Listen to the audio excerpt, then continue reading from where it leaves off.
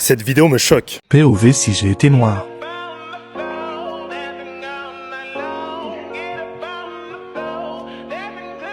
Une femme se peint le visage en noir et écrit « Pauvre si j'étais noir ».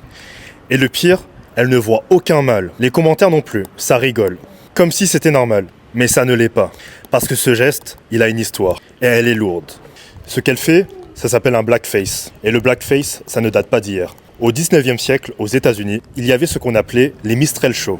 Des hommes blancs se maquillaient le visage, en noir, avec du cirage. Exagéraient les lèvres en rouge et caricaturaient les noirs comme des gens paresseux, idiots, voleurs, hypersexualisés. C'était pas juste de l'humour. C'était une arme politique. Ça permettait de justifier l'idée que les Noirs étaient inférieurs. Ça validait l'esclavage, puis plus tard, la ségrégation. Et ce n'était pas qu'aux États-Unis, c'était en Europe aussi. Le blackface a circulé dans les cabarets, dans les publicités, au cinéma, même en France, jusque dans les années 60. Les émissions de télé ou des pubs utilisaient le blackface comme si c'était normal. Tu veux un exemple concret ? En 1915, le film Naissance d'une nation sort au cinéma, aux États-Unis. C'est un des premiers grands films de l'histoire du cinéma. Les acteurs blancs qui jouent les noirs sont en blackface.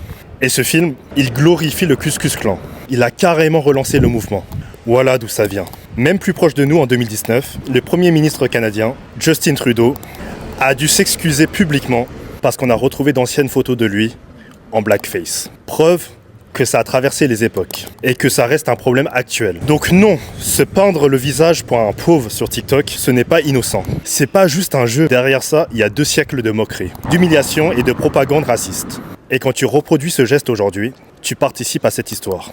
Et c'est ça le plus grave. Parce que pendant qu'elle fait sa vidéo en pensant que c'est drôle, il y a encore des gens qui vivent du racisme quotidien. Le blackface, ça rappelle que pour certains, être noir, c'est pas une identité, c'est un déguisement. Le blackface, c'est pas une mode TikTok, c'est un symbole du racisme. Et si aujourd'hui ça circule comme si de rien n'était, c'est qu'on a un vrai problème de mémoire.